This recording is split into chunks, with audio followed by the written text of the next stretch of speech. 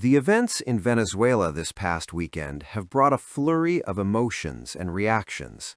Depending upon the source of the news feed, one may be seeing scenes of jubilation among the diaspora that had suffered tremendously under various previous regimes in Venezuela, or those protesting yet another international intervention, or analysts on TV making endless predictions about the near and distant future, or law experts discussing legal aspects, domestic or international.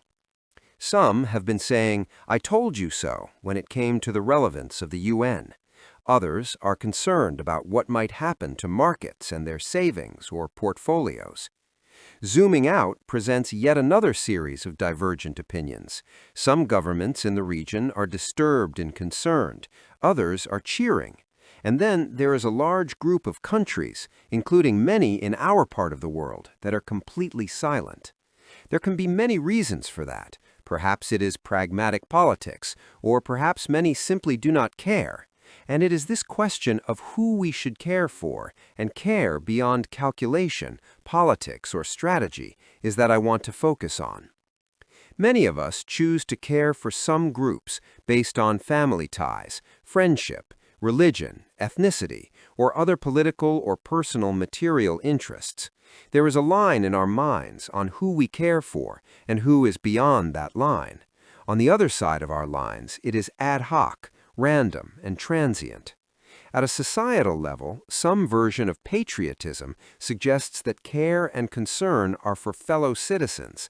That is, we should deeply care about people in our country. But we know that within a nation-state, under conditions that are often all too common, subcategories of people are treated unequally based on ethnicity, sect, or other factors. Some citizens are more equal than others, or worse, some are denied citizenship and hence are less worthy of our concern and love, even if they have lived amongst us for generations. Many natives quickly become outsiders, so we end up with a dilemma of who do we care for, or more importantly, who do we not care for? One approach to this dilemma is to care for no one except oneself, or perhaps those who are closest to us by blood.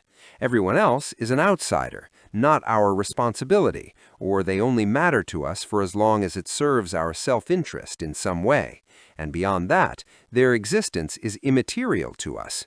This model, while utterly pragmatic, is ultimately doomed to fail, as it eventually takes us away from what things that makes us inherently human, love and the happiness it brings, connection with others and the joy it enables. It also breaks down because self-interests sooner or later collide, leading to conflicts big and small. Often, our approach is rooted in what seems like philanthropy of caring. We care because it is a good thing, not because it is the right thing.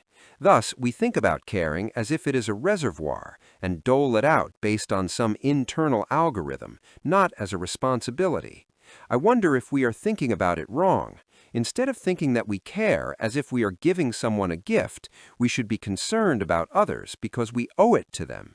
Of course, ties of family and blood, kinship and friendship are inherently human, and it is absolutely reasonable to acknowledge that the suffering of those who are closer to us will have a greater impact, but we cannot shrug off the pain of others, including those with whom we may have strong disagreements, as inconsequential or insignificant.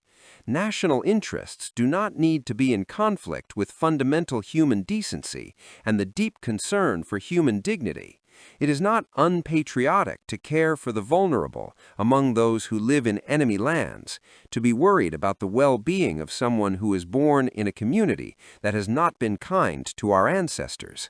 In a large tapestry, the beauty of the whole ultimately depends on the integrity of each thread, both distant and near, to whatever the frame of reference may be.